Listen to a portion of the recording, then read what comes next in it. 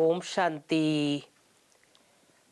प्यारे भाइयों बहनों, आज 26 फरवरी 2024 हम सब के प्यारे बाबा परम शिक्षक बनकर पढ़ाई पढ़ाते हैं। आज प्यारे बाबा की मुरली में प्रमुख 5 बातें। पहली बात, मीठे बच्चे, टीचर विदेही है, इसलिए याद की मेहनत करनी है। याद करते करते जब इम्तिहान पूरा होगा तब घर चले जाएंगे। दूसरी बात, याद में रहने की मेहनत। बाबा कह रहे हैं हम सबको याद में रहने की मेहनत क्यों करनी है। आत्मा का साक्षात्कार हुआ, इसलिए झिलमिल देखी, इससे कोई फायदा नहीं।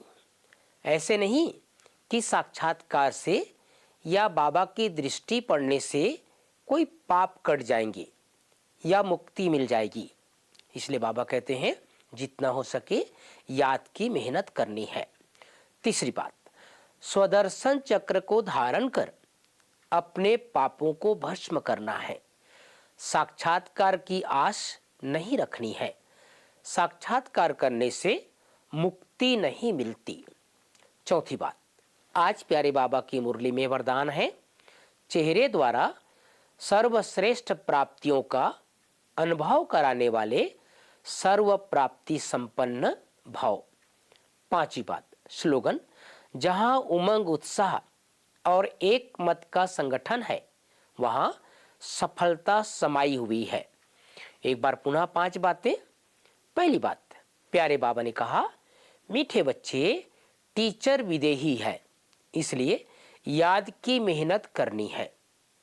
याद करते करते जब इम्तिहान पूरा होगा तब घर चले जाएंगे।